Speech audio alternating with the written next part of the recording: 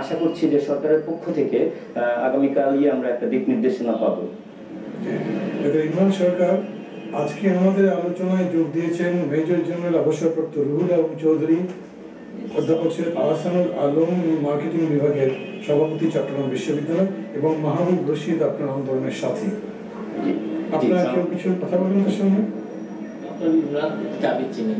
তো ডক্টর ইমরান, আপনি কি মনে করেন না যে ইতিহাসের একটা বিশেষ সময়ে গণজাগরণ মঞ্চ যেরকম আপনার বিএস তাদের আতশবাতির মতন স্বাধীনতার চেতনাকে মানুষের কাছে নিয়ে গিয়েছে, এটা আকাশে গিয়েছে, কিন্তু আফটার দ্যাট হাউ লং?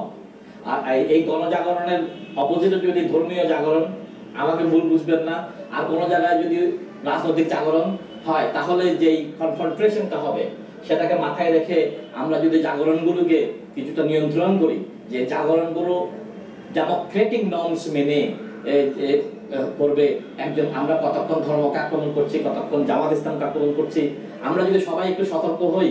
এ ব্যাপারে আপনার মতামতটা কি? যে আমাদেরও ভুল ত্রুটি আছে, শিক্ষকদের, অন্য দলের লোকদেরও ভুল ত্রুটি আছে, আপনাদেরও কিছু বেশি কথা প্রতিকথন হয়েছে, পার্লামেন্টে এমপিরা বলেছে যে ধর্মভিত্তিক দল বন্ধ করতে হবে। আমার যদি ভুল না হয়, গণজাগরণ মঞ্চের থেকে এই ধরনের কিছু কিছু কথাবার্তা বিচ্ছিন্নভাবে এসছে, এটার জন্য দায়ী করা যায় না, কারণ এটা গণজাগরণ। কিন্তু মনে হয় একটা সুশীল জাতিকে, একটা গণতান্ত্রিক মানসিকতার জাতিকে একটা পর্যায়ে এসে ভুলগুলোকে এডিট করে নিয়ে একটু স্পেসিফিক কি আপনি বলবেন? গণজাগরণ মঞ্চ থেকে ধর্মীয় অনুভূতিকে আঘাত করা হয়েছে কিংবা কোনো উস্কানি দিয়েছে, এরকম ঘটনা কি হয়েছে? আমি ঠিক এইভাবে বলবো না, আমি কিন্তু এটা বলবো যে একটি দেশে জুডিশিয়াল সিস্টেম থাকতে আমি আগে বলতে পারি না যে ফাঁসি চাই, এটা কিন্তু কি বলবো, ফ্যাসিজম।